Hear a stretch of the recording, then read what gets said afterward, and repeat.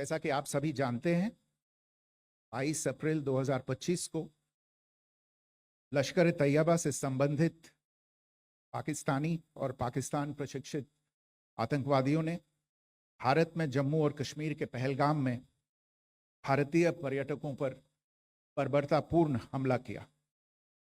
25 भारतीयों और एक नेपाली नागरिक को कायरतापूर्ण मौत के घाट उतार दिया गया।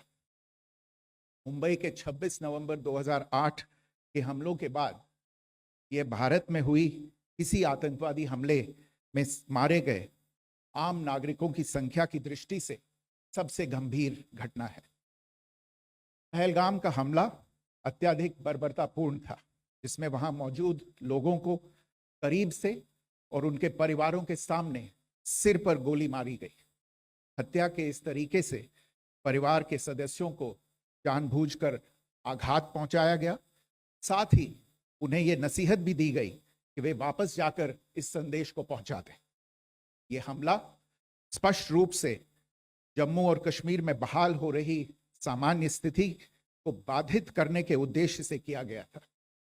चूंकि पर्यटन फिर से अर्थव्यवस्था का मुख्य आधार बन रहा था, इस हमले का मुख्य उद्देश्य इसे प्रतिकूल रूप से प्रभावित करना था।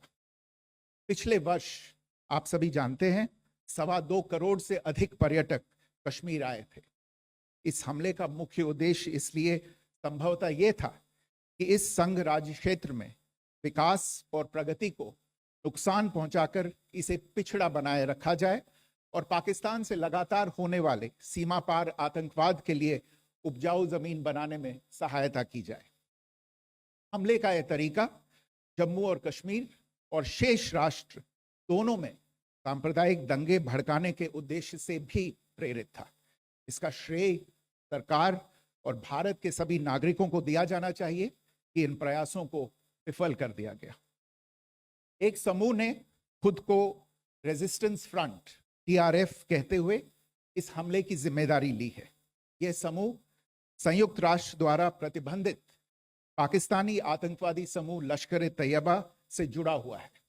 यह उल्लेखनीय है कि भारत ने मई और नवंबर 2024 में संयुक्त राष्ट्र की 1267 कमेटी की सैंक्शंस मॉनिटरिंग टीम को अर्धवार्षिक रिपोर्ट प्रस्तुत की थी, जिसमें TRF के बारे में साफ इनपुट दिए गए थे।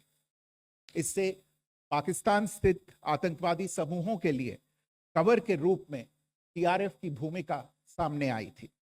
इससे पहले भी दिसंबर 2023 में भारत ने इस टीम को लश्कर तैयबा और जैश ए मोहम्मद के बारे में सूचित किया था, जो TRF जैसे छोटे आतंकवादी समूहों के माध्यम से अपनी गतिविधियों को संचालित कर रहे हैं। इस संबंध में 25 अप्रैल को UN सिक्योरिटी काउंसिल प्रेस वक्तव्य में TRF के संदर्भ को हटाने के लिए पाकिस्तान के दबाव पर भी ध्यान दिया जाना चाहिए। पहलगाम आतंकवादी हमले की जांच से पाकिस्तान के साथ आतंकवादियों के संपर्क उजागर हुए हैं। रेजिस्टेंस फ्रंट द्वारा किए गए दावे और लश्कर तैयबा से ज्ञात सोशल मीडिया हैंडल द्वारा इसको रीपोस्ट किया जाना इसकी पुष्टि करता है। चश्मदीद गवाहों और विभिन्न जांच एजेंसियों को उपलब्ध अन्य सूचनाओं के आधार पर हमलावरों की पहचान भी हुई है। हमारी इंटेलिजेंस ने इस टीम के योजनाकारों और उनके समर्थकों की जानकारी जुटाई है। इस हमले की रूपरेखा भारत में सीमा पार आतंकवाद को अंजाम देने के पाकिस्तान के लंबे ट्रैक रिकॉर्ड से भी जुड़ी हुई है, जिसके लिखित और स्पष्ट दस्तावेज उपलब्ध हैं। पाकिस्तान दुनिया भर में आतंकवादियों के लिए एक शरण स्थल के रूप में पहचान बना चुका है। यहाँ अंतर्राष्ट्रीय स्तर पर प्रतिबंधित आतंकवादी सजा पाने से बचे रहते हैं। इसके अलावा पाकिस्तान ने इस मुद्दे पर विश्व और फाइनेंशियल एक्शन टास्क फोर्स जैसे अंतर्राष्ट्रीय मंचों को जानबूझकर गुमराह करने के लिए भी जाना जाता है। साजिद मीर का मामला, जिसमें इस आतंकवादी को पाकिस्तान ने मृत घोषित कर दिया था और फिर अंतर्राष्ट्रीय दबाव के परिणाम स्वरूप वो जीवित पाया गया, इसका सबसे स्पष्ट उदाहरण है। ये स्वाभाविक है कि पहलगाम में हुए इस हमले से जम्मू और कश्मीर के साथ साथ भारत के अन्य भागों में भी आक्रोश देखा गया। हमलों के बाद भारत सरकार ने स्वाभाविक रूप से पाकिस्तान के साथ संबंधों को लेकर कुछ कदम उठाए। आप सभी उन निर्णयों से अवगत हैं जिसकी घोषणा 23 अप्रैल को की गई थी।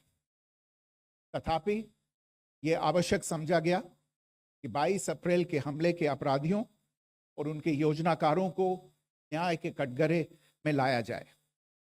हमलों के एक पखवाड़े के बाद भी पाकिस्तान द्वारा अपने क्षेत्र या अपने नियंत्रण वाले क्षेत्रों में आतंकवादियों की इंफ्रास्ट्रक्चर के विरुद्ध कार्यवाही करने के लिए कोई स्पष्ट कदम नहीं उठाया गया है।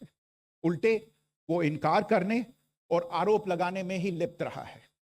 पाकिस्तान आधारित आतंकवादी मॉड्यूल्स पर हमारी खुफिया निगरानी ने संकेत दिया है कि भारत के विरुद्ध आगे भी हमले हो सकते हैं। अतः इनको रोकना और इनसे निपटना दोनों को बेहद आवश्यक समझा गया। आज सुबह, जैसा कि आपको ज्ञात होगा, भारत ने इस तरह के सीमा पार हमलों का जवाब देने और उन्हें रोकने तथा उनका प्रतिरोध करने के अपने अधिकार का प्रयोग किया है। ये कार्यवाही नपीतुली, नॉन एस्केलेटरी, आनुपातिक और जिम्मेदारीपूर्ण है। यह आतंकवाद की इंफ्रास्ट्रक्चर को समाप्त करने और भारत में भेजे जाने वाले संभावित आतंकवादियों को अक्षम बनाने पर केंद्रित है। आपको यह भी स्मरण होगा कि 25 अप्रैल 2025 को संयुक्त राष्ट्र सुरक्षा परिषद ने पहलगाम आतंकवादी हमले पर एक प्रेस वक्तव्य जारी किया था, जिसमें आतंकवाद के इस निंदनीय कार्य के अपराधियों, आयोजकों, फाइनेंसरों और प्रायोजकों को जवाबदेह ठहराने और उन्हें न्याय के दायरे में लाने की आवश्यकता पर जोर दिया गया था। भारत की आज की इस कार्यवाही को इसी संदर्भ में देखा जाना चाहिए।